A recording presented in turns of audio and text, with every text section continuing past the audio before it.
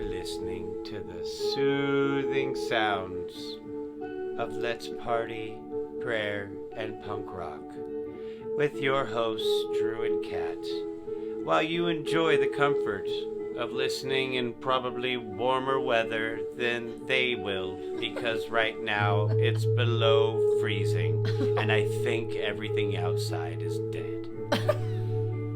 Have a great time, everyone. And now your hosts. Well, that was interesting, Mr. Announcer Man. Whatever that was all about. But yes, he is right. It is very cold out here. It is cold. You're so cute and funny. I do love our new jingle. It's so soothing. It is. The soothing sounds. Yeah, it's like, oh, it's pleasant. It had been a minute since since we had it come on as our jingle, so I kind of forgot how good it was. I'm like, oh yeah, it really is so good. Thank you. And Amelia's doing the drum. She is the little sand drum thing. Sand drum. Yeah. Yeah, that's pretty cool. So I love that. Well, family participation. Yeah. With everyone. Everybody gets involved. Use a little talent of everybody, That's right. So, Happy New Year, right? Yeah. Have we done a New Year I believe one? this would be our first of the year. Yeah, so, Kinda woo. A little behind, I guess. I mean, we should have had one out earlier, but, Holidays. Yeah. Life. 4 kids. Yeah, and Fun. a puppy. And a puppy. Yeah, so that's a lot. Yep. But It's getting huge. I am excited for this year. She is huge. Well, we can put pictures of her. Yep. 2024. 2024. See what it's got for us. What do you want to do this year in 2024? What's something that you want to accomplish? Well, I want to get my reflexology license. That is on my heart for sooner than later. I'm in the middle of the courses right now, so I want to start doing reflexology, incorporating it in my Reiki and health coaching. How about you? I think for 2024 so far, I would like my car to start. Oh, It's so cold outside, my car won't start. Oh, I gotta warm the baby up. She is moody. She does not like the cold. No. I don't know. You have a boy car? No, I don't. It doesn't have a he, him, or yeah. her, I mean, her. I really don't like to give it pronouns. Yeah. But yeah, it's not starting, and that's annoying. It happens every year. Yeah, it does. No, I think I'd like to kind of, I don't know, maybe get a little bit more fit. Honestly, hey. Maybe get a little bit more muscle tone. Ooh. Yeah, versus just I don't know. I've been thinking about it. I didn't know that's on your heart. I'm been down. on Let's my go to the brain. gym. I love it. Yeah, let's work out. Working out together is hot. Like after that surgery too, I had to be on. I had to chill for a minute, and I can't even do anything, and I just feel like it's kind of getting saggy. Yeah. So Yeah, you're get back. this year I want to get pumped up. Yeah, I just need some arms. I mean, I'm I not going to I complain. like arms. That's not. I like my arms. I like to keep them like that too. I don't mean I like. Oh boy, look at everyone's arms. I like your arms. Let's work out. I'm down. I feel like that's always on my mind to New Year, eat better. The first 3 days, I'm eating better for sure, and then it kind of dwindles off, and I let in the goldfish and the cookie here and there, but yeah, definitely healthier in the brain, healthier in the mind, healthier in the and I just want to body. make sure that I can still take down my kids if I have to. I don't know. Huge, you know what I mean? Sam is going to give you a run for your Yeah, money now. exactly. I don't know. He definitely has surpassed me, speaking of the gym. He can outlift me in every capacity at this point. And he can outrun me. Yep. Never have I ever let him win, though. So, and that, I know you were kind of like, gosh, she's kind of mean.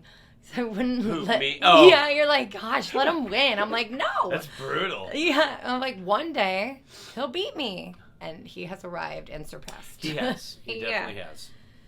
Oh, he's awesome. It's funny. Yeah. So, yes, we're back at it. School's back on. It's freezing. Yep. Yes, it is. Yeah, we've gotten to the time of the year where it is freezing outside. I think it's said it was like 16. I think it might be like 14 or 13 now. Ugh. But it felt like 4. Yeah. So that just makes me mad. Like, it puts me in a bad mood. You know what I mean? Like, I just don't like being cold like that. I'm wearing if you're watching our YouTube channel, we have our heat cranked and I'm like wrapped in a blanket. Yeah, we're doing it inside today. Oh, we're definitely we're not doing it from the studio. We're doing like it we normally from would. This is my Reiki world. Yep. And these are my Blu-rays. Yeah. This is our Reiki Wonderland. and here's your entertainment center. No. Oh, God. So we thought we'd switch it up a little bit. And instead of, like, going over some of the stuff that we've seen and done or whatever, we'd go do a little bit of, like, a Bible study or just talk about God a little bit before we got into all those things. Because I guess, like, God first, right? I guess that's the way it should work anyway, God right? first, yeah. I actually did a little... I don't know. This was not in our pre-production conversation. Uh-oh, she's throwing this out of the blue, people. But I did like a little... This. You're not going to be able to see this, but I did a little diagram and put like a circle in the middle, and I wrote, "Make Jesus happy." And then I did like, what kind of things would make him happy? And we're already doing, a lot of the things, right? Praying together, relating to others, music. Well, yeah. Comedy, because you're funny, No. And so as I was doing that, I was like, you know what? We should maybe choose to do the prayerful stuff first. Yeah. Making him happy. Wait, what's the goal? Making God happy, so. Right. I don't know. I mean, talking about it makes him happy, but it's kind of funny. Like, we do all of our little, movies and, what we thought about it, shows and music or whatever, and, and kids. then we kids and everything, what we've been doing the last few weeks, and then...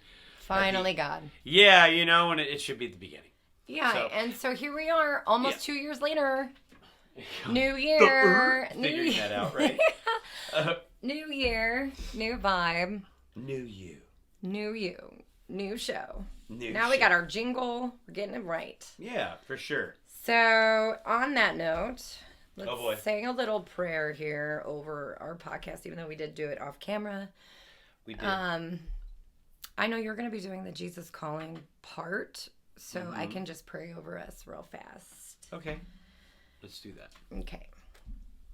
Heavenly Father, thank you so much for Drew and our relationship and our marriage. Thank you for the podcast. And thank you for this new year. Thank you for our listeners. I ask that you help us ebb and flow with your spirit throughout the show today, as well as throughout the year doing our podcast. And I ask that you bless those that are listening and their families and be with them in their sorrow and in their joy. In Jesus' name I pray. Amen. Amen. Amen. All right. So we thought that we would start with the Jesus Calling for starters. Yeah. And then we've been like, well, I guess we'll start with Jesus Calling first, and then we can go on from there. Let's not get too sidetracked. Come on, Drew. Let's do it. ADD. Knock it down. Yeah. Butterfly squirrel. All right. Well, so today's it seemed to be. It worked with like what I was reading afterwards. But January 14th. Let me bless you. Let me bless you with my grace and peace. Open your heart and mind to receive all that I have for you. Do not be ashamed of your emptiness. Instead, view it as an optimal condition for being filled with my peace. It is easy to touch up your outward appearance, to look as if you have it all together. Your attempts to look good can fool most people, but I see straight through you, into the depths of your being. There's no place for pretense in your relationship with me. Rejoice in the relief of being fully understood. Talk with me about your struggles and feelings of inadequacy. Little by little, I will transform your weaknesses into strengths. Remember that your relationship with me is saturated in grace. Therefore, nothing that you do or don't do can separate you from my presence. And it's true. I mean, it doesn't matter what we're doing, what we're going through. The Lord is always with us. The sin that you've done. Yeah, And it's kind of interesting because, I'm like reading the Bible and trying to do it from the beginning to the end. And right now I'm in Psalms. Yeah. And so in Psalms 88, there's a part here where it talks about, I guess in Psalms 88, the entire. Sorry about that. It was the president. I couldn't help. He lost his keys.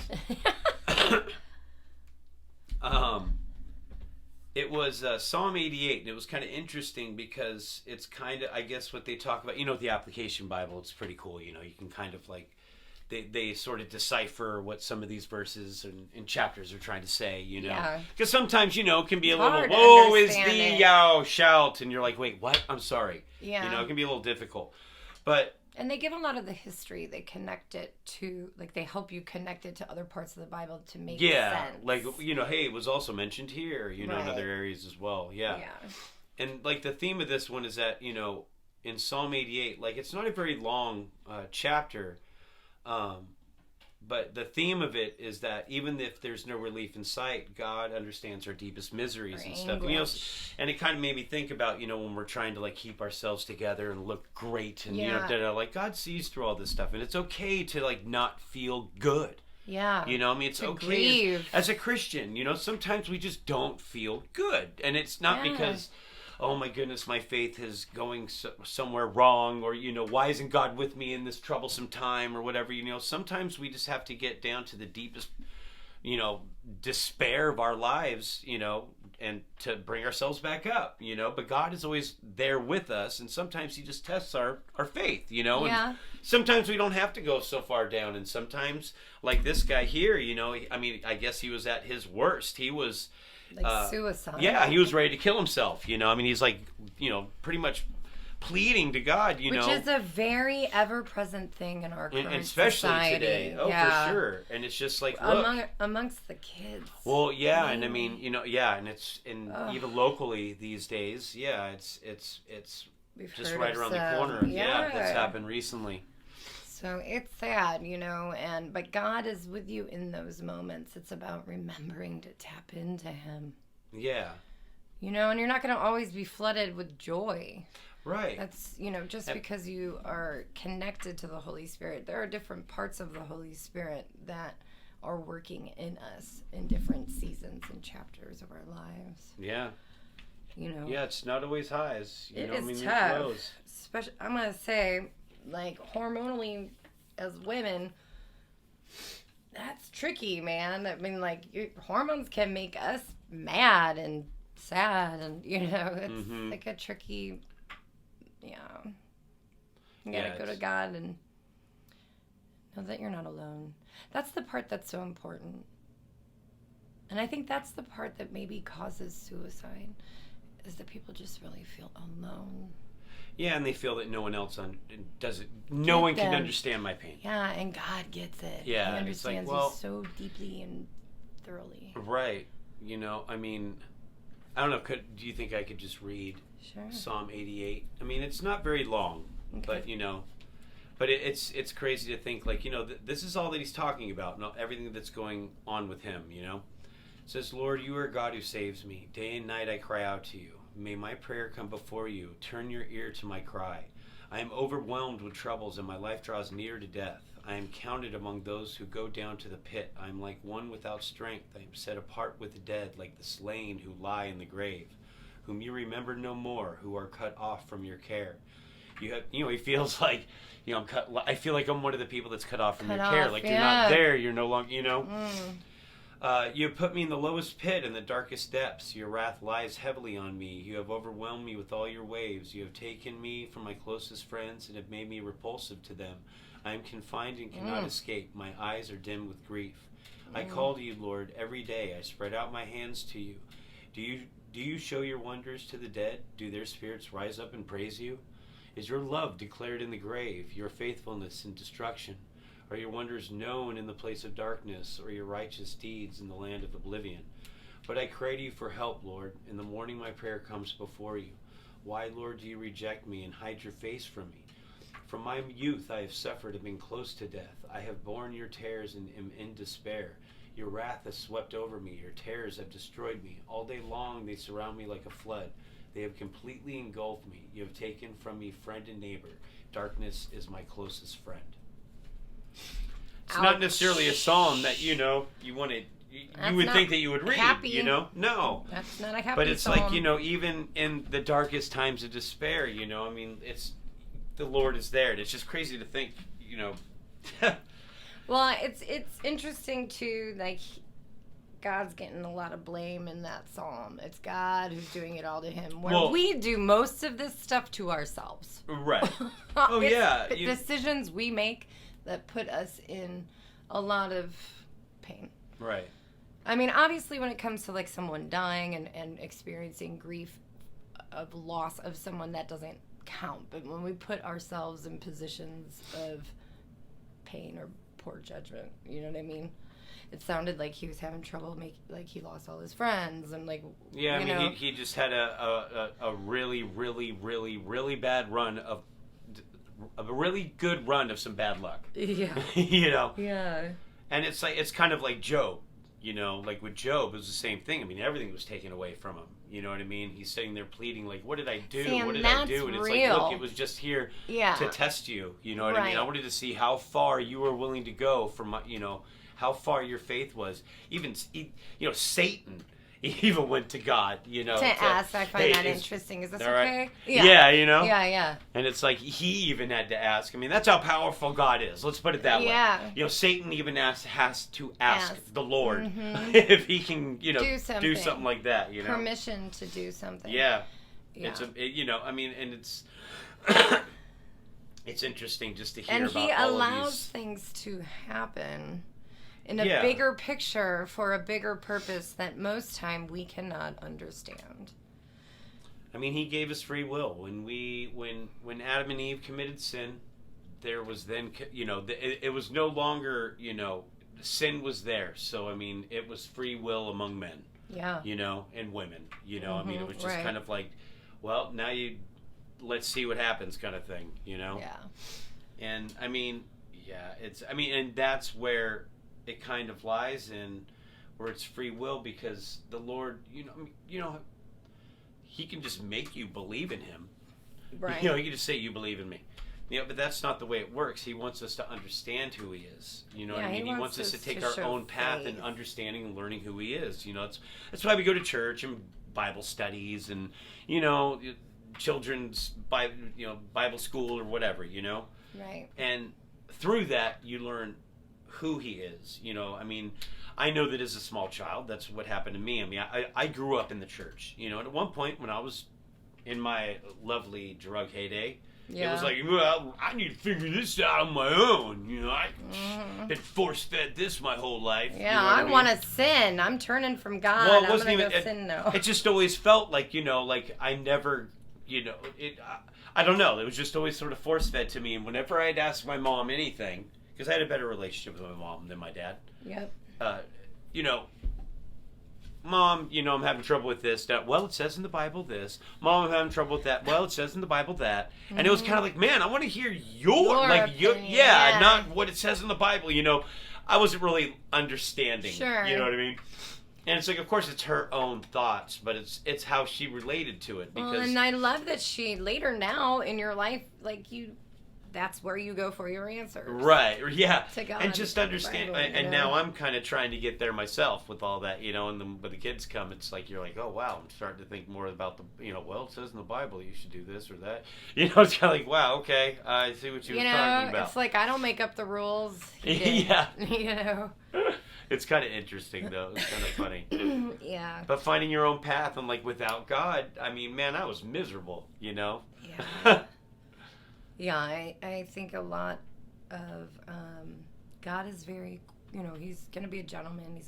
He's not going to push you into recognizing him or force you into acknowledging him. He'll be a gentleman. But once you open that door and start asking for his peace, acknowledging that you are like in a faith space with him, knowing that he can help you from that grief and allowing that, like, kind of that ego to break away and allow his work to work within you.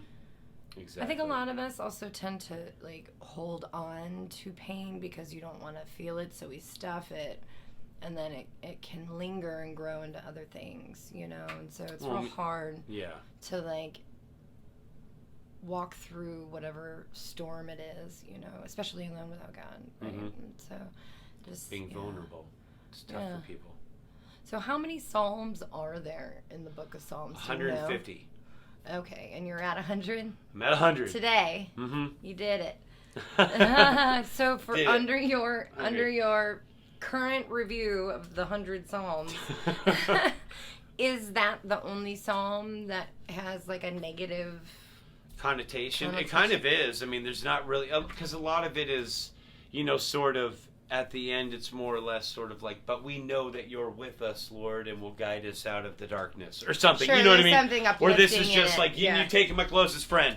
Yeah. Right. It's kind of like, it's just like complaining and that's it. Yeah, it's pretty much one that just doesn't give you any sort of enthusiasm or any sort of answer or hope or guidance or anything. Yeah, it's just sort of like, just bored of his thought. You know, I open the Bible a lot. I pray over it, open it to get an answer from God in whatever direction it is, in my life for whatever reason. Well, be careful you don't I open was Psalm just 98. thinking that. I was like, oh my gosh. Or 88, 89. That would be horrible. I know. That's funny.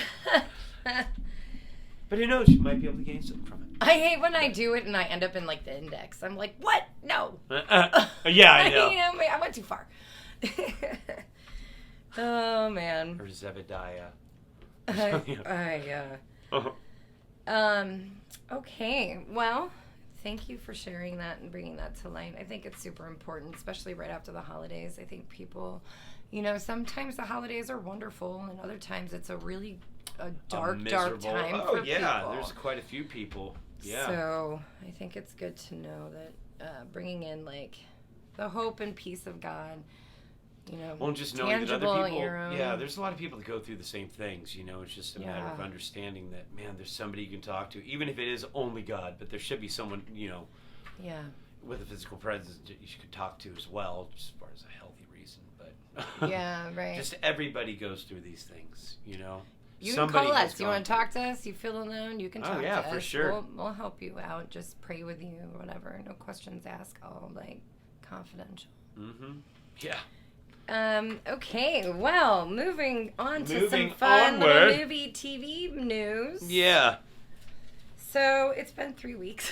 Yeah, it's been a little while. Yeah. My goodness. It's a new year, and we have seen only two movies actually in the theater. Yeah, I mean, it's kind of like slow at the theater right now. I mean, I don't know. I wasn't really down. I know you weren't either to see like Wonka. No, I have no interest. Or some of the other ones that have been out. Just the OG one is the best. Which, I mean, some of these are like, because right now it's like the Oscar season. Or not, I'm sorry, not right now.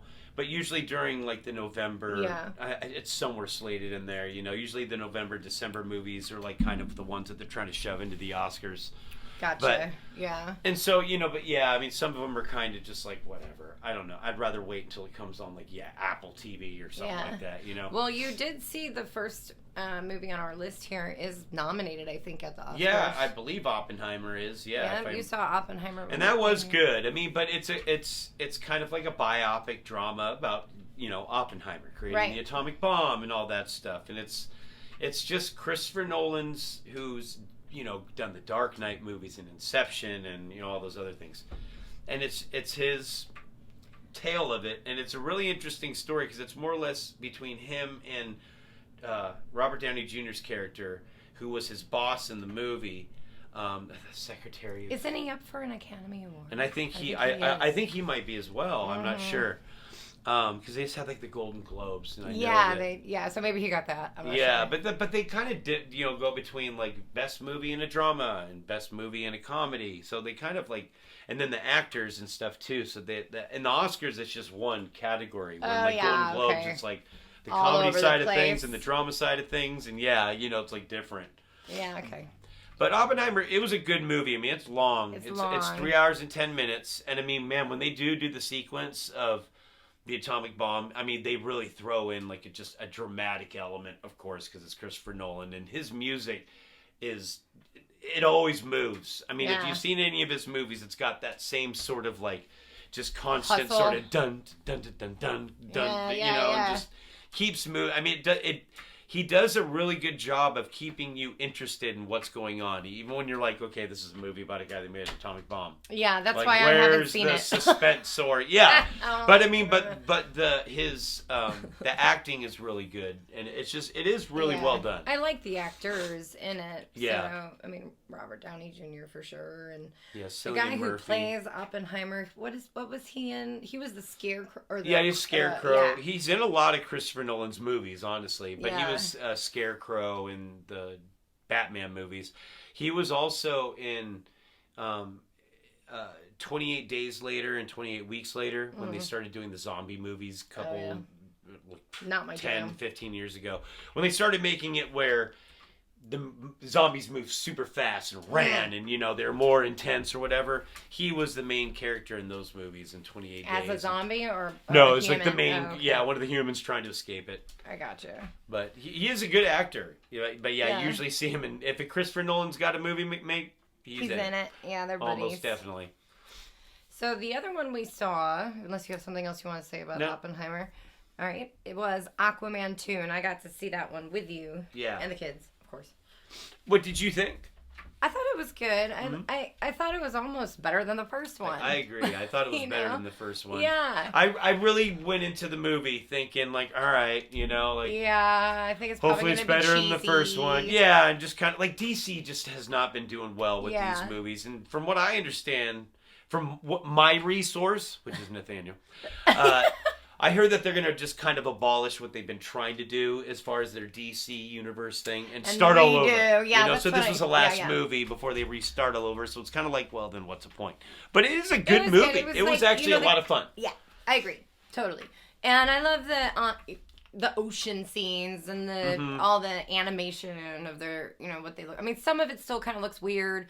Like Nicole Kidman kind of looked bizarre. Yeah, underwater when they Nicole Kidman does not not look a good look. Aw, we need above water Nicole Kidman, not underwater. Right. Which is her real face. We like your real face. We like the real what's what's left of the real face. Exactly.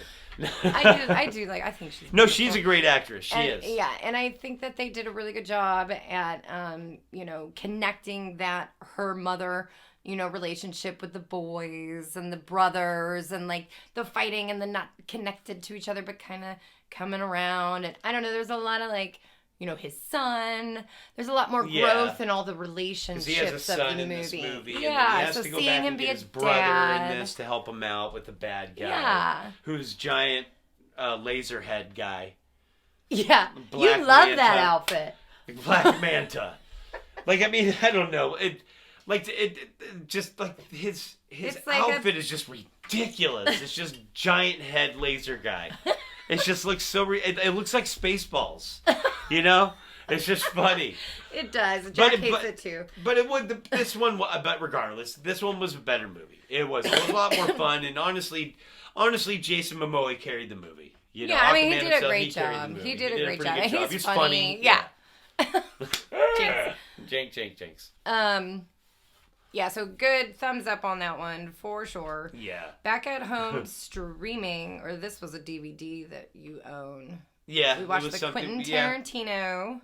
Yes, and I had never seen it before. You'd never seen it, The Hateful Eight. Yep. This was his 8th movie, and so it's his Western, and it's like 8 people meet up. It was also his 8th movie. The 8th movie. That's kind of interesting that it's in the title, 8, Yeah, I know, right? Huh, yeah, I'm sure he did that on purpose. Huh, maybe. I don't know. Because he always has a theme, Kill Bill was his samurai so violent kung fu movie, and then, this is his Western movie. Inglourious Bastards, which he also did, was his, Nazi World War II movie. Yeah. Django Unchained was sort of like his, Southern oppression, slave, break free movie. And then this one was, I haven't his seen Western. any of these. They're Kill good. Bill I've seen. Yeah. But that's it. We'll have to watch them. I mean, they're great movies. But this one, I have to say, because I like Quentin Tarantino. We have his movies. Yep. This is probably by far the most violent. Yeah. Okay. I mean, it's a great movie. That's what you were saying. But it was super violent. I was shocked. It was super violent. I was very shocked. And they have a few scenes that might be quite distasteful to certain people. Some of the stories that are told by Samuel Jackson's character. Oh, yeah. I mean, some of that's like, ooh, wow, I forgot some of this stuff. It is a good movie, but yeah, it is. I forgot. It might makes be you kind feel of a very hard watch uncomfortable, to that some scene. people. Yeah. Yeah. Oh, yeah. And Jennifer Jason Leigh. Jennifer Jason Leigh. Woo, Man, girl. I mean, Fast Times at Ridgemont High Oh and my God. single white female. You know, Yeah, I'm trying yeah. to think what people might think of her. And Yeah, I mean, she plays Backdraft. she plays this like gnarly She's criminal. Oh, Kurt Russell, plays a guy that's pretty much just trying to take this girl who's been convicted of all these crimes and to justice, and they have to stay in this haberdashery, for a day or two because the storm's gotten so bad, and there's like 8 people there, and they're all bad guys. And someone isn't who they say they are. Maybe more than one person aren't who they say they are, and so it's sort of what happens. And everything goes down, and it goes including down. someone's face gets obliterated by 2 guns. Oh my God. Yeah, there's quite a bit of gruesomeness to it for sure. I mean, but it's good. It is you good, can but it's tolerate definitely that. not. I mean, you might want to watch an episode of Seinfeld afterwards, or Friends. I think we did. Yeah, I think we tried to, or Modern Family, or something. Yeah. The other one that we saw though, which was a little bit lighter, and dude, I love this movie. It's one of Sam Raimi's best, and it's Darkman. Yeah. And I think it's like, I mean, I don't think it's Liam Neeson's first movie, but he's really his first film that got him kind of moving. Yeah, yeah. And really, I mean, after this movie, he kind of did his Rob Roy's and sort of did more historical dramas, and then all of a sudden, he was the action like a guy. science fiction? This is the first one. Comic book. It's based on a comic book. Okay, yeah. And Sam Raimi, who's known for like the Evil Dead movies back in the day in the 80s, but he also did the first Spider-Man movies, Tobey Maguire. He did he directed the first 2 of those, and also went on to do Doctor Strange. The second Doctor Strange. But it's got a lot of his flair, his sort of, I didn't like the part because he creates this chemical that helps burn victims have a normal face, and it creates it on like the computer or whatever, and he's like created this synthetic skin. Mm-hmm. And then, like, after 90 minutes or something, it starts to dissolve, and it is so gross looking. And I'm like, what? It looks like slime, like what our kids play with, but, like, more boogery. Skinny. Yeah. Oh. Because essentially it's a story of, like... really hard to look at. Darkman is like, this scientist who's, creating a synthetic skin for burned victims. And then he gets burned. Yeah, and in the process, he's got a girlfriend who's a lawyer who has some memorandum that's not good, and so these thugs try and get it and end up killing the scientist and blowing up his lab, burning him, and so now he has to use this skin, but then he realizes that he can create other people's skin and then, use that against them. So he starts to look like the bad guys, and that the last 30 minutes, it's where the bad guys go to get him, and it's like it's got some really cool action sequences. It's got some really cool action, like the little and boy. You have no idea what's gonna happen. It is so cool. I didn't watch the end of it because I fell asleep. Fell asleep, people. She fell asleep. The best part of the movie. And honestly, like, because we had this discussion before of like, there's certain movies that I think really stage explosions well. Yeah. Like, to me, Lethal Weapon, they surprised you when they're walking up to the house and boom, Dixie's house explodes. Yeah. And it was like, whoa, dude, how, like, the stuntmen really got close to that because they really blew up a house, But, like, the way... You were so excited. The way that... Is my face red? Yeah. The way that they can formulate, like, the fire to look in certain sequences. Yeah. Now, these days you can use special effects and stuff, but back in certain times, you had to really blowing shit up. You had to draw like using a funnel system or whatever to make a flame go a certain way or do a certain thing. Sure. And the way he stages some of these explosions, just like really cool. The way his character jumps from a building and it pops from like left to right in a certain way, and then the angle and the editing show him like, rolling over here, and then this one happening there. It was really just well staged, I thought. Well, and then, I'll have to watch it. And they're just inventive sequences. Because, I mean, from one point he's being shot at from a helicopter in his warehouse, and all those grain elevators when I go to work, that's all reminds me of Darkman. When I see those, that's what I think of. I think of, dude, that'd be so cool to, like, be in there pretending to be Darkman. But... And then they go there's such a like playful little boy still inside. Well, and then it goes, he's like fighting with a guy on helicopters. Then he's swinging from the helicopters, being shot at from the helicopters, and like the guy's trying to shoot him with a grenade cannon and. Is the skin like protective of bullets and stuff or no? No, but but him himself, when he was taken into the hospital, they had to sever his nerve endings. Oh, right. So he doesn't feel pain. Right. But his body, the only other emotion it draws to is anger. So he has superhuman strength because he's so freaking pissed. Right. And then he can't feel the pain. But of course he can be killed, but correct. He just doesn't feel it when he gets, So he's like superhuman because he's not reacting. And it's the whole comic book part of the comic book thing, and whatever. But it's good. I mean, it was made in 1990, so I know people think it's outdated. And you still get this definitely excited. Worth a watch. I'm telling you. I love it. If you just watch the last 30 minutes, good. you'll know what I mean. I guess I gotta go back. Boom. Yeah. We should watch the last 30 minutes. I do like Liam Neeson though. Yeah, and it's interesting. It's weird to see him so young. But, But I remember my mom even saying it because she saw this movie way back in the day. Yeah. And she's like, he just doesn't look like an action hero guy. He just looks like a loser, a wimp. A wimp. I'm like, well, he's playing a scientist. I mean, what is he supposed to be? Bruce Willis? You're gonna buy Bruce Willis as a scientist? I mean, come on. I don't know. Definitely as a cop. Yeah, and plus Bruce Willis was making Die Hard 2 at the time, so he couldn't do it. All right, so, and then we watched the Dave Chappelle. Yeah, moving on to other things. Yeah, the new Chappelle stand-up. Yeah. Thank you, I could not. And it was good. It's definitely worth a watch. It's on Netflix. Yeah. It is shocking. He talks about the Chris Rock slap, his observation on it. Because they're friends. Yeah. And he talks, he is off the cuff. I mean, he's going to talk about, he's going to offend somebody. And he is, it's so uncomfortable. But I don't want to give it away because, Yeah, I mean, if you haven't seen it, I mean, he, in his last special, which I don't think we saw the last special. I don't because think I think so. that was the one when, everybody was telling Netflix to pull him. Because he was talking about transgender, I think. Yeah, he got in trouble. And he got in trouble. So this time he's like, well, I'm not going to talk about transgender, I'm going to talk about handicapped people. And so he goes on with the thing about that. And it's like, well, anyone that... I literally had to look away. I was like... Oh. Yeah, because some of the things he said, you're like, oh my goodness. Oh my gosh. But I will say, if you're a Dave Chappelle fan, then you got to know that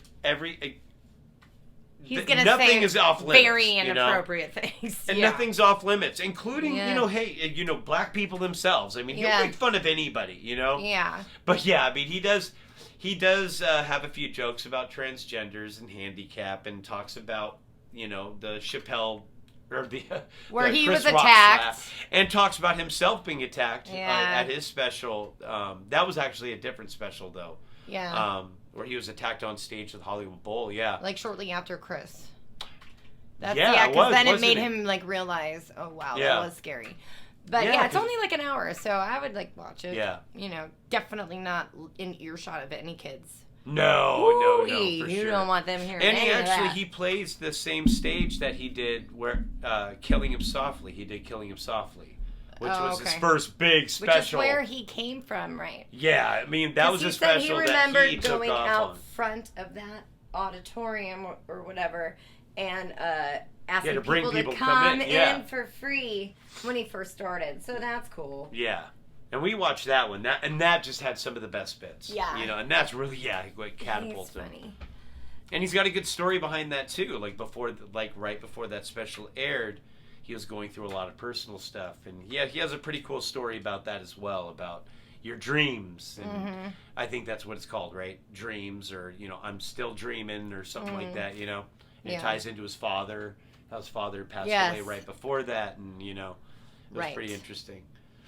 But yeah, so I would definitely recommend going to see it, streaming it. What is it on?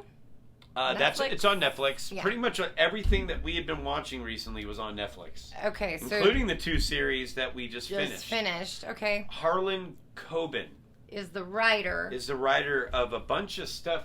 Now, I don't know if we with the what's the word I'm looking for? It's in our. Oh my gosh, I'm drawing a blank. The name of it? What are you trying? No, I'm not trying. the AI. It keeps pulling up all these things. Oh, they keep like recommending it to us. If you watch one, the author. I can't think of what it is. Well, basically, there are the same author, two different like languages. Like one is called Dear Child, the other one is called Fool Me Once. And Dear Child was done in German language, Germany, and so. But then the other one was like British. Mm-hmm. So different. It's so interesting that different groups of people have German bought filmmakers these the like stories to create series, and then once you download the one or watch the one, then you get all the other ones that are recommended to you to watch, you know? And so we started with Dear Child, right? And that was a German one. Yeah, that was a German one. And it's interesting when they kind of just give you like, this is a story of a woman that is abused, escapes, and leads to another disappearance of a girl. And brings back from 16 years. Yeah, from 16 years earlier or whatever. And and then there's this. It's dark. It's twisted. It's kind of hard to watch at the beginning unless you want to like listen to it in German and watch English subtitles. We decided to just listen to the it dubbing. Took a minute to get used to the weird voices. Yes. Yeah. Because I mean, what's hard for me is that like. When they don't pair up the voices properly, and then there's no like dramatic effect or like acting behind it. You know? There's an 8-year-old girl in it, and like when they do the voice of it, it's like yes, my mother says that we shouldn't go there. And it's like supposed to be like this really tense scene. Yeah. And it's like shouldn't like the guy, man, like the voice actor being I'll use a little bit. Give some an emotion. Voice actor act a little bit more or something. I don't know. It just like poorly done. In that department, but the story was good. Yeah. The woman who was the main focus of the abuse in this particular, like the actress, she did a good job at showing emotion. It was a trip. It was very brutal. And like there was a really good whodunit because you really didn't know what was going on until the end. Great ending. Yeah. I was very happy with that ending. So now the other one that we saw by the same author. Yep. Called Fool Me Once. Yes.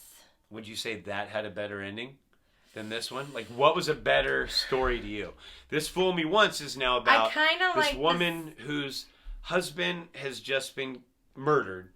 And previously, I guess 4 months earlier, her sister was also killed. And she's also got some past stuff because she is in the military. She has some past things with like a military operation that went wrong.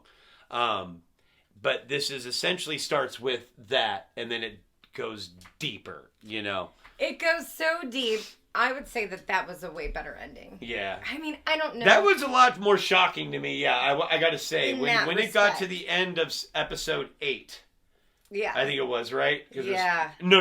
I'm sorry. There's 8 episodes, and when it got to the end of episode 6 or 7. Oh my gosh. Totally shocking. See, like the first one, I'm so thankful it ended that way because the person got what desered. Yeah. And then this one was more like, what? Because it's a different storyline, but it's also just a lot more layers of this one because there's a lot more sort of family structure and politics and business and all these different characters that may have been involved with this or that or the other and how they're connected to not just the husband but the sister and the family itself. Well, and then also the acting was really good and not dubbed, of course. So I mean, we were able to really connect with the actors. Yeah, it was like watching a Guy Ritchie film or something, you know what I mean? It was just English. Yeah. All English accented people, which I actually prefer because it sounds so good. I love it. Yeah, I know their voices are so soothing. Yeah, my series. I mean, they could tell you anything and it would sound okay. Yeah, like your car was cut in half. Yeah, like yeah. It's like wait, what? Oh yeah. I get my directions from an English Siri. Oh, do you? I had Amelia change that on my phone for me. Turn right or you might die. Yeah. Cheerio, chap. Yeah. But then I do a lot of research, like with scientific words. And so when I can't pronounce it and then I ask the person to pronounce it, it's in like a British accent. So I'm like, wait, no, that can't be right. They're not saying that correctly. You know? So I have to shift it. It's funny. That's funny. I would say Fool Me Once was better than Dear Child, but they're both worth a watch for sure. Good. That writer is good. Yeah, I would like to read some of his books. Exactly. Yeah. There's another show on there too, or another book, I guess, that was adapted into another series called The Stranger. Which we'll probably watch. Yeah, we'll probably watch at one point. But honestly, what's coming up next is True Detective. Yes. Season 4. Yep. 4? Yeah. Yeah, so we'll be getting into that. Yeah, that starts probably in about 2 hours. And Jodie Foster has gotten like 60-something nominations. Isn't that insane? That many she has gotten? Yeah. Oh, well, maybe things like all together, I think. Yeah, like producing, like director, actress, yeah. Supporting, blah blah blah. But and she just looks so good. She's in her 60s. She looks great. She's so physically fit, and they had like a little quick like extra or something. Oh yeah. And they interviewed her, and she like taps out. She raised her 2 boys, and she like taps out from Hollywood, and like she's never missed a game, and like family's really important. I was like, it's kind of nice to like know that about her, you know. And she said that this is her get succumbed to the Hollywood work lifestyle type of thing. Yeah, I mean, I'm ready to see it. I think they said that they filmed it in Iceland. Yeah, right? And the one time her son came to set, it was like freezing. Yeah, it was like the worst. Yeah. Yeah.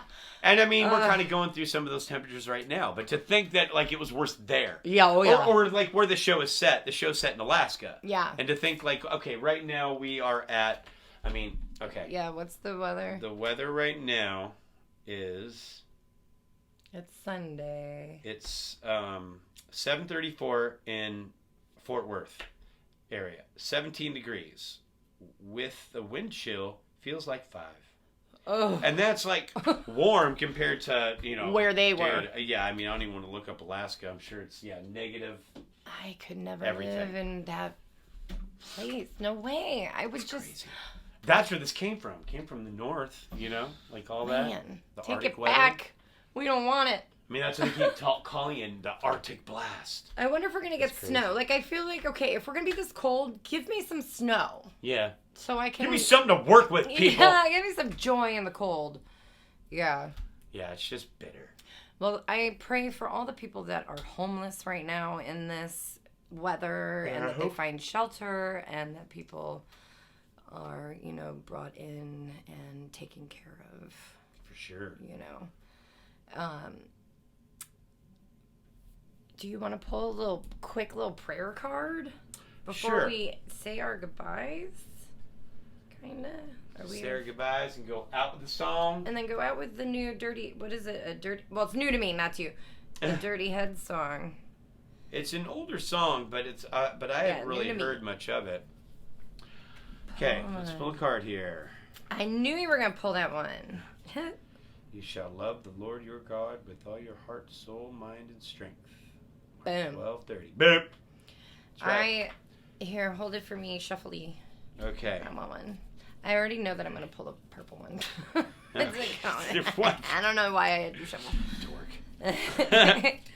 I thank my God every time I remember you. Philippians 1:3. I love Jesus. I was saying that this morning when we were talking. We were just talking about Jesus. I was like, I love him. That's right. So I mean, awesome. it's not always happy, but you just gotta have faith in God and know that through Him, you're gonna be able to handle just it. Like try to close your eyes and imagine yourself giving Jesus a hug. Try to feel that feeling. Yeah.